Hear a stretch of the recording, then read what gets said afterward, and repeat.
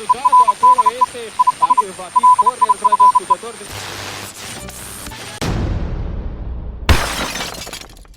Hello and welcome back to It Ain't Broke. I'm joined by Hollywood actor and raconteur Duncan Casey.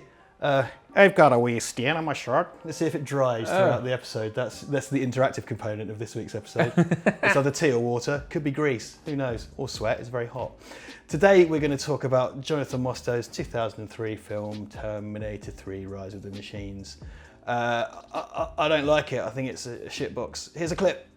Look at me, I'm no leader, I never was, I'm never gonna...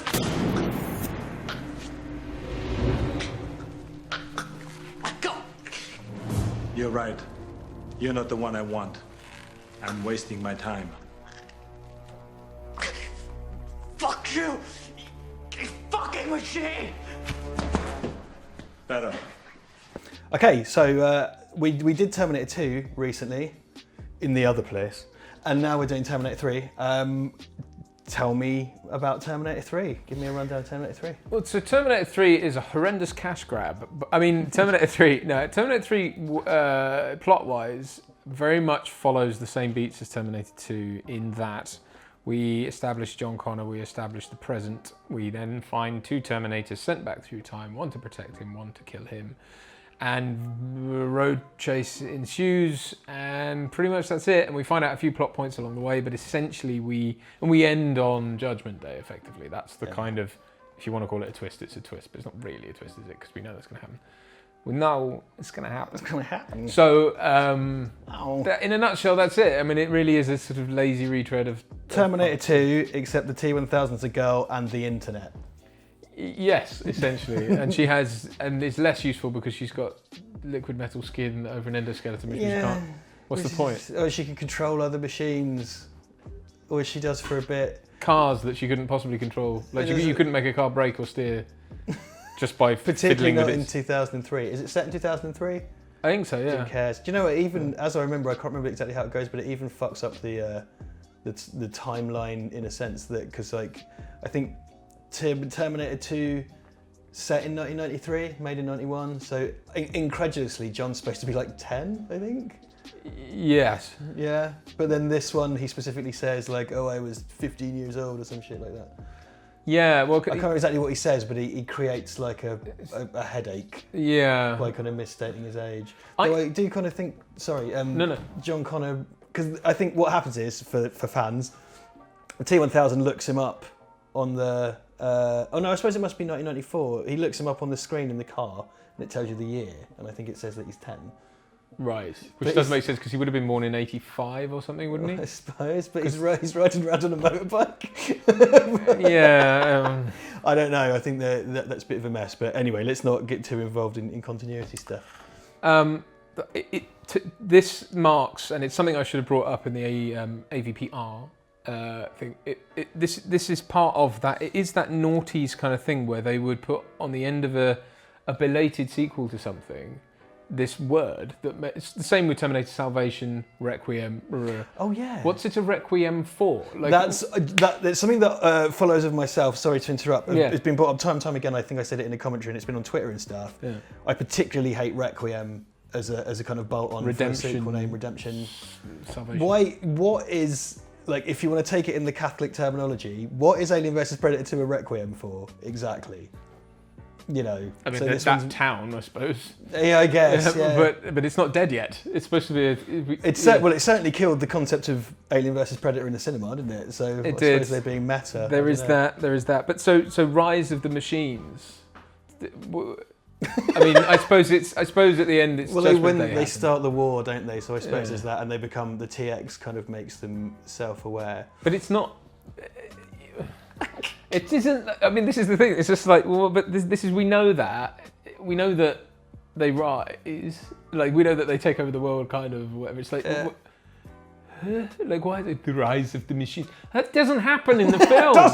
until right at the end. It should be called T3 at it again. Like, you know. This time it's female. It's a girl, all right. That. I will give you this, right? If anyone can get, if you've got it on DVD, or that DVD is great only for the Schwarzenegger commentary. Oh, this is one of the classic Arnold things where he just describes what's happening. It's like audio description for the deaf. In essence, but also he talks about his ass, her ass. Like, this is all around the time he was going for governor and people were unearthing all these sort of like sexual harassment things. And there's a lot of like, did you have the female Terminator because she came back and look at her ass? It's fantastic. Look at it. And the pan and scan, you can see her tits or whatever. It was just like, whoa! And then meanwhile, his maid was furtively peeing on a stick in Maria Shriver's private bathroom. Yes, exactly. So, yeah, it's a bit telling that. I mean, and there's the thing when he talks about himself, because he's like, oh, you know, they got in shape, but they did three times a day at the gym, and all these things, because I knew that when I come on screen and I'm naked, then people will say, did you see Schwarzenegger's butt? And all this. It's like, he's very ass-centric. He's a butt man, he's a bum man. I guess so, like he did his squats. Anyway, he had to get in incredible shape for it, but that DVD as well starts with an introduction by him that you cannot get rid of. I hate that. Those fucking things, man. It came and went. Like it was a thing they did for a brief window of time. Like, but yeah, it was like, it was him sort of rambling at camera for like going like, I hope you enjoyed this DVD. And it was just like, oh God, like, all right, once, but not every fucking time. I've already bought it, you assholes. No. Little inside scoop. Like you talk about like, because I guess like the extras. He really threw himself into it, didn't he? And he ensured this film was shot in LA because they wanted to go shoot it in Canada and stuff. And he used his clout to get it shot because it's all part of his gubernatorial campaign and whatnot. Interestingly, this was the most expensive film ever made at the time. It was $180 million, and there was a lot of hoo-ha made about the fact that it was the most expensive ever film. One of my problems, for there are many. I mean, you know, I think it's a very unoriginal script. It feels very kind of work-a-day. It's workman-like. You know, it's got no real inventive direction. Yeah, there are some great VFX and special effects. You've got Stan Winston coming back, and there are some models and things like that. There's some strong design in it. For $180 million fucking dollars, it looks like a TV show. I mean, if you gave this to me cropped in 4:3, I'd think it was like a very special episode of Diagnosis Murder or something. You know what I mean? One thing that really, when I remember sitting in the cinema, which was, the Terminator 3 website came out, I followed it obsessively because I was even more Terminator centric as a kid. I was really, like I said before, like Terminator was kind of my Star Wars when I was a little kid. When I was a teenager when this came out, and I knew it was going to be shit, but then I somehow in the last week managed to G myself up that it'd be good. I've been looking at fan art on the website and stuff. Well, not good, but at least maybe all right. So that, watching at the cinema was a really kind of soul-denting experience for me. But one thing that really made me think early on, like, oh no, like the opening credits are just done like a TV show, like an episode. Yeah. So it's like these little fade-on bits in the corner, and John Connor's like riding around his bike. It's over the footage. Yeah. And it just immediately made it feel cheap. But I was sat there knowing that this was a $180 million movie, and it just felt cheap. And then I looked at, and you call this petty if you want, I don't care. Terminator 1 and Terminator 2 both had interesting or inventive credit sequences. Yeah. Like the first one had the kind of the sliding text and stuff, and it had that kind of driving music. And then this one had Terminator 2, had the kind of future war scene, and then credits over imagery of fire and LA and stuff like that. And really interesting. And this just immediately tipped me off to the fact that this was going to be so kind of workmanlike. Yeah. And then when it gets into its plot, that's exactly what it is. I mean, it's never anything. It's totally coherent. If anything, it's a bit too coherent because it doesn't feel like there's any kind of art in it. Like it's just this totally stiff.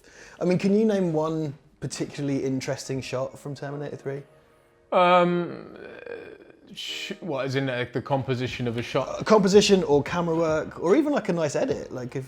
No, I mean it's even things like they do, like even through the car chase, for example, they employ that thing, which is a shot I quite like, but it's obviously where they get a crane arm on a car. And that's going that way, and the car's going that. You know, they cross, so you get that no, like thing going, like as the camera's moving one way, the car's going the other. They do that. They do.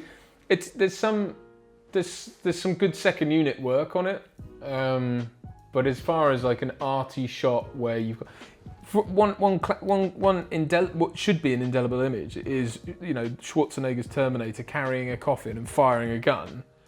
And it's just so like he's just center frame, turns around like you know, it's 4x3. yeah, Feels like television. It's all center framed. It's not like, and the camera's on. It looks like the camera's on sticks, or it's just on a dolly or something that's just sat there. The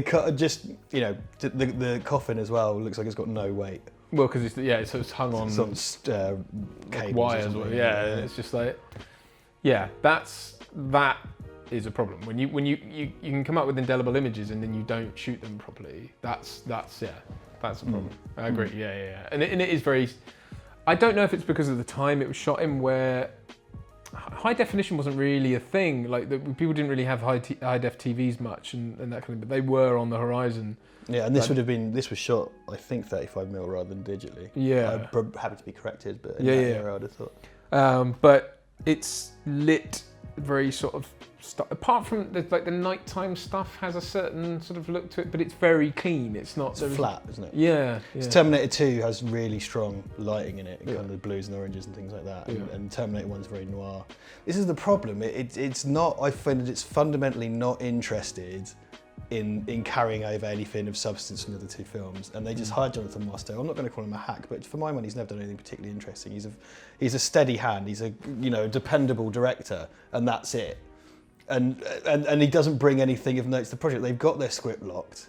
Yeah. They've got their actors.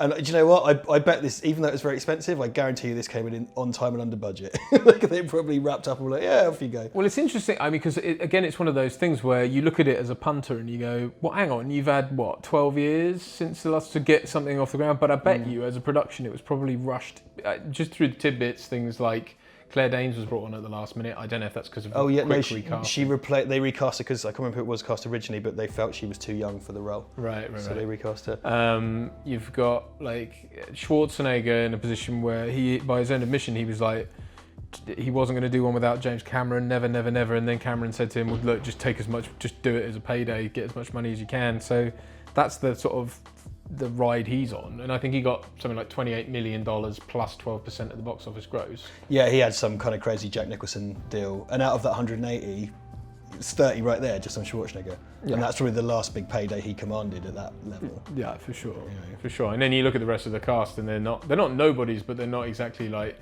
you've got Claire Danes hot off Romeo and Juliet, and we're a couple of years distance. I guess, but Nick Stahl, hot off The Man with No Face. Right.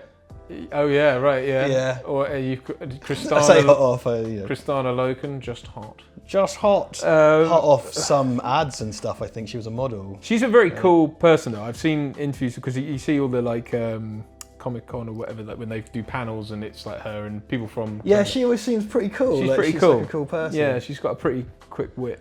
I found as well, I will say, I think the concept of the TX is horrible. I just think it's a stupid idea and it's just there. It's another children's playground idea. It's like, but next time, Lewis is going to be a Robocop, like a lady Robocop's girlfriend. Yeah. It's like, let's have a lady Terminator. But she...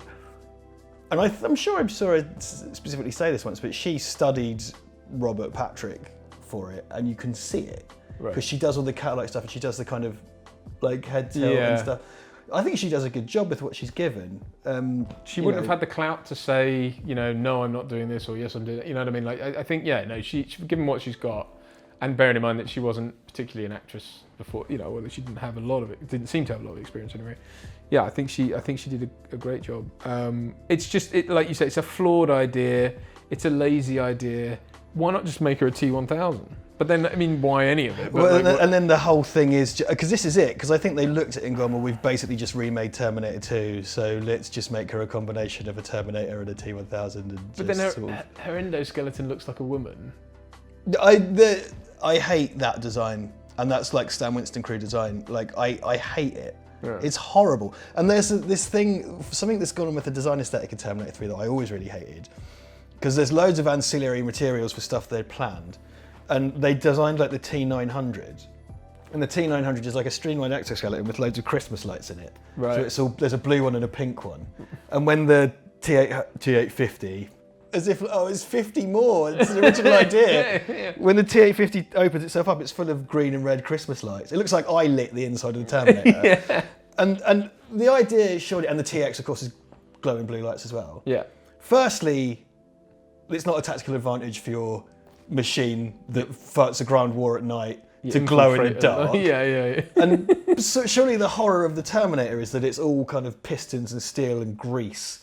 It's a human skeleton. It's a machine's interpretation of humans inside. It's awful. Yeah. That's the whole point of it, though. It should be industrial and kind of pneumatic, and instead it's just full of Christmas lights, and it's just like what? And that aesthetic is all the way through it. So like in the Terminator, because there was a bunch of spin-off media, video games and stuff. I had the Terminator game that was a rip-off of Battlefield 1942, and you could play as those Terminators, and they look like shit. Like, cause it's just like a regular Terminator head on like this smooth body with all these pink lights in it, and it's just like that's, the end of Terminator 1. No one looked at the end of Terminator 1, the factory scene, and went, "This would be scarier if it was more like Tron." No one's looked at it and gone, "Ah." I just think that as a design choice, and I hate the TX design. And I am actually I'm an apologist for the T600 design in Terminator Salvation. Yeah. It should be like a T400. Yeah. Because Kyle Reese didn't say, we spotted them easy, they were 9 foot tall with miniguns for hands. That's not. Yeah. I always thought that, the Terminator that gets rumbled by the dog in the dream, I thought that was a T600. Franco Columbo. Franco Columbo. Yeah. Because he's got the stuff wrapped around his head and his eyes are visible. I thought that was maybe. Yeah. Because you never see too much of it. Yeah, no, but again, it comes back to the thing we've said time and time again about overexposing the monster and stuff like that. Another thing that speaks to that in this film is the fact that they show that the Terminator's too heavy for people to lift. Yeah. But then that brings up so many other issues of like, if he gets on a motorbike, how does that, if he's... Every time he gets to the car, shouldn't the suspension go down and exactly, stuff. Yeah, and you would think, stuff like that. Which brings me kind of onto as well, because something that Terminator 2, and I said this last time, Terminator 2 was designed to be a more commercial product, right? Yeah. And part of that is the kind of levity that's injected into it. And Terminator 2 has quite a wry, sort of dry sense of humour. It is funny, and I personally think it's got a good balance. A lot of people disagree. Terminator 3 seems to have decided, because I think was it a 12A? I can't even remember. When you become an adult, you don't even notice the rating. No, you don't. Yeah, I think it was. Yeah. So it's kind of like one down from T2, which is a 15. But it goes in really hard with the humour, and the humour is awful. Like when she shoots the gun in his mouth, and he's like, "Don't do that," and spits the bullet out, and like the fucking sunglasses as well, the star glasses. Going into a strip club and going up to a gay stripper who's wearing clothes 5 times his size. Yeah. And the whole dog to the hand and all that stuff. And he comes out with his hand. Elton John glasses, but then he throws those away and puts on cooler 19 like Oakleys or whatever. It's like, really shit, like the glasses that someone in Smash Mouth would wear. Yeah. But it's all like, it's just one step on, and it's like, look, all those jokes, yes, were injected into T2, but they were never at the mercy or the compromise of the character. Like, I mean, look, it was a stretch that the Terminator would like turn around to that guy. I mean, but here's the thing: so he gets the glasses in the second film, but he only gets them because he's like, the guy's fired the shotgun in the air, and he's like, right, I need to disarm this guy because if he shoots me, I'm gonna have bits missing, and then I'm gonna be less functional. So he goes up to him, grabs the shotgun off him. Then he's right there, and he's like, sees the glasses. Take those, could be useful. You could buy that the machine would do that because that's the thing. I think that's the balance act that Cameron pulls off really well in Terminator 2 is that it's something that's fundamentally done because it looks cool, but if you kind of start picking at it, it still holds water. Yeah. I think it's one atom away from being dumb, but like you say, he happens to have the sunglasses. It's like, oh, that would be useful. Yeah. And then now there's this thing that a Terminator has to wear sunglasses all the time. And he has to wear biker leathers, and you know what I mean. And it's just because this is it. It's so fixated with fucking Terminator 2. It's like the first Terminator wore a leather jacket for a bit. If you watch that movie, he wore a leather jacket for a bit. He doesn't walk around in full bike leathers. The Terminator 2 he does, and Terminator 3 he has to get fucking biker leathers again. Yeah. It's got nothing. It just brings so little to the table. Like, and it acts as it pays lip service to that. And a lot of the things like the sunglasses, people are kind of like, well, it's referencing the previous film and that's clever. No, it's not. It's really fucking lazy retread. Like, it's a lazy as fuck script. Yeah. Which until Terminator Genesis came out, because people like really hate Salvation. I'm not saying Salvation's good. I'm saying it's less bad than this. At least Salvation had the decency to try and do its own thing. Might have done it badly, but this one is just this awful schlocky retread that just looks like a TV movie. I know, I would agree. I often see that with a lot of people saying that they think T3 was better than... Like, when they're talking about Salvation, they go, like, oh, T3, at least T3 was like this, that, that. It's like, no. like you say, Salvation has its own identity. It's a flawed one, and it can be boring in places, but it's not one that I think is worth telling. But it is, at least it has a sort of it just feels like more of a film, whereas I just think it actually feels like a movie. Yeah, it feels like it feels like I can look at that and see where the money's gone. Whereas like Terminator 3 almost feels like a pyramid scheme. It's like a tax wheeze. I'm just going like, hold on a minute. Yeah. You 180 million quid, are you sure? yeah. Well, exactly. And I mean, it's things like you've got the scope of like when I think about Terminator Salvation, shots that were things like what's his name's character getting thrown off and him like bouncing like a bouncing bomb across the water and stuff like that. And Sam Worthington, yeah, and all that kind of stuff. And it's like, look, a lot of it's quite dumb, but it's like you've got some pretty incredible aerial photography, ground photography. There's still scope to everything. Like even that shot of them coming out and that big, I mean, I hate it, but that big robot big transformer, rising, and blowing up the petrol station and stuff like that.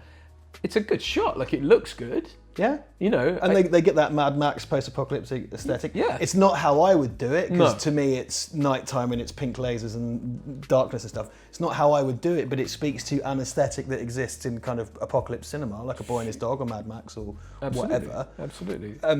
So yeah, and I just think, like you say, the T3 is so sort of televisual. But again, I don't know if that comes back to it was probably quite rushed, and it was that thing of like, I mean, you've said this before, and I know you know more about this than I do, but the fact that like every one that's been made has been made by a different company, and this, I'm not sure who made T3. This was C2 Pictures, which was some kind of like vestigial clone of a Coralco fetus, or you know what I mean? Yeah. So, I mean, and that has been the perennial problem with the Terminator rights for a long time, has been that they've been batted back and forth. It's nomadic. Yeah. It's a nomadic property. Yeah. Exactly right. So I do wonder if, like, with this one, it's been like, we've had to spend all this money to get that, we wanted to get Schwarzenegger, we've had to do this, we've had to do that, quick, and now it's, there's too much on the line to get creative. So it's like, right, now we have to just retread T2, keep punters happy. Yeah, because the rights and the money moved around so quickly, it may very well have been the case, because it had fucking 12 years and all the money. You know what I mean? And they could have, and the Terminator rights have moved through hedge funds and all kinds of malarkey like that. So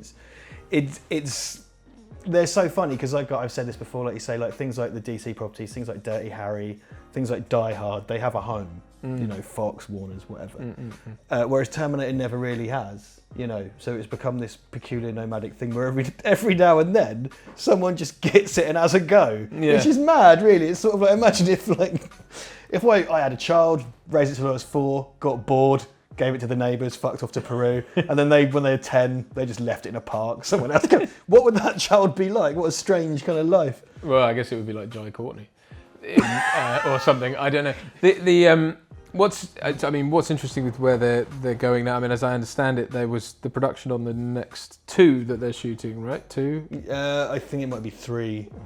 The brilliant start to a trilogy.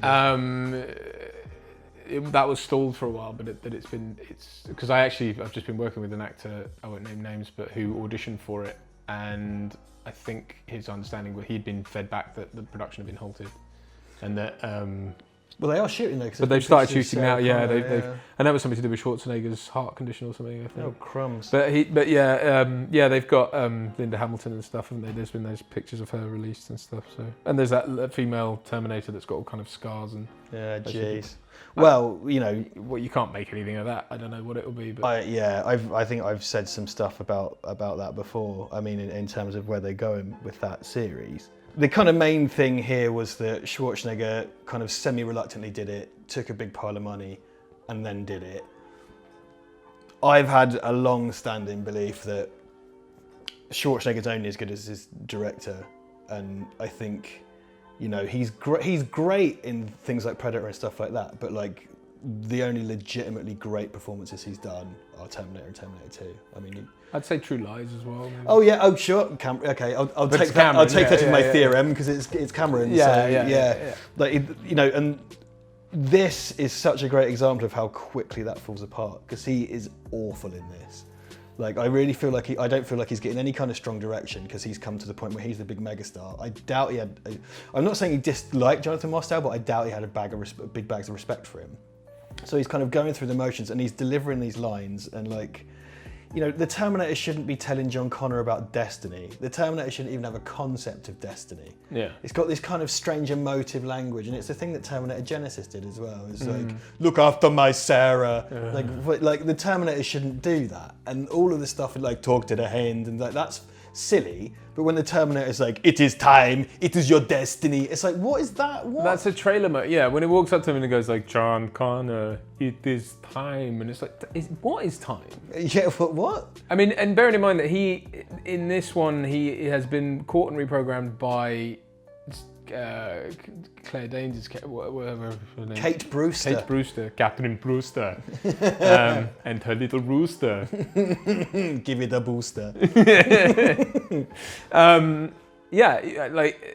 So why would he...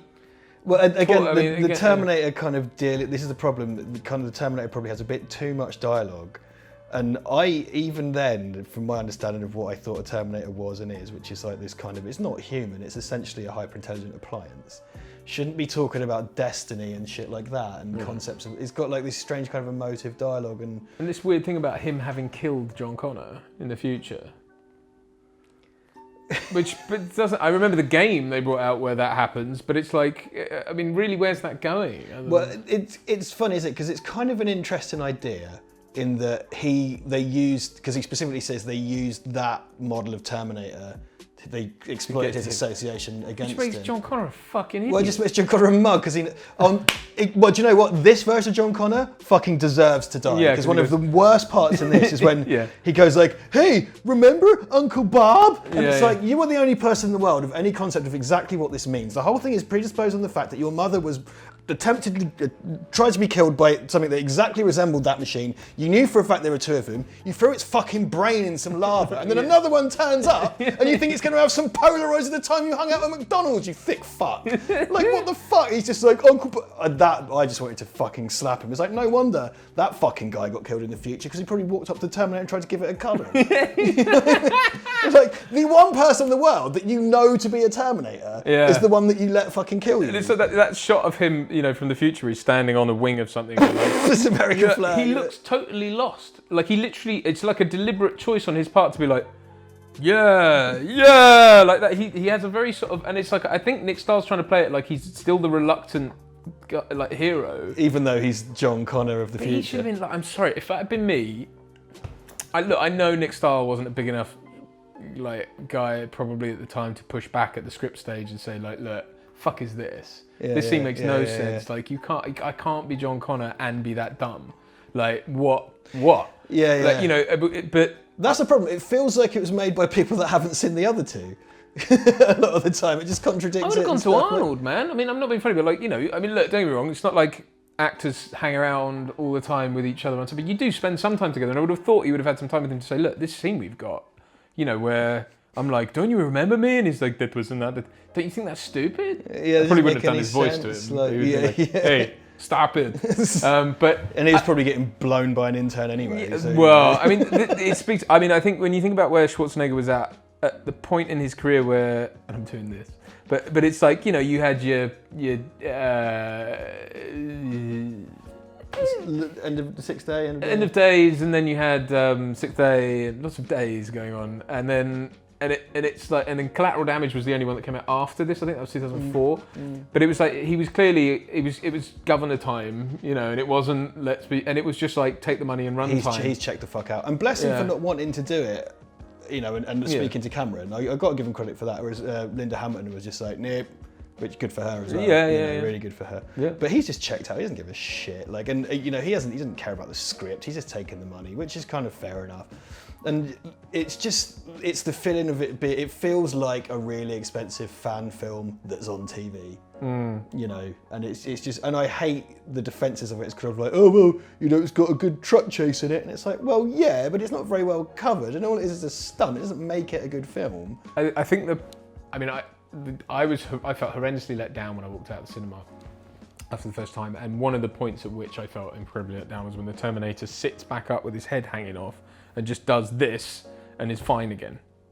It's like, have we got any reality to this world or not? Well, that's there's no all the kind of verisimilitude is gone because Yeah. it's too busy trying to be funny and stuff. Whereas Terminator 2 was funny, but it wasn't at the expense of the plot, and those things informed the characters because the joke was the Terminator doesn't get anything because it's a machine, and John Connor doesn't get that the Terminator doesn't get anything because it's a machine. Ergo, there's humour.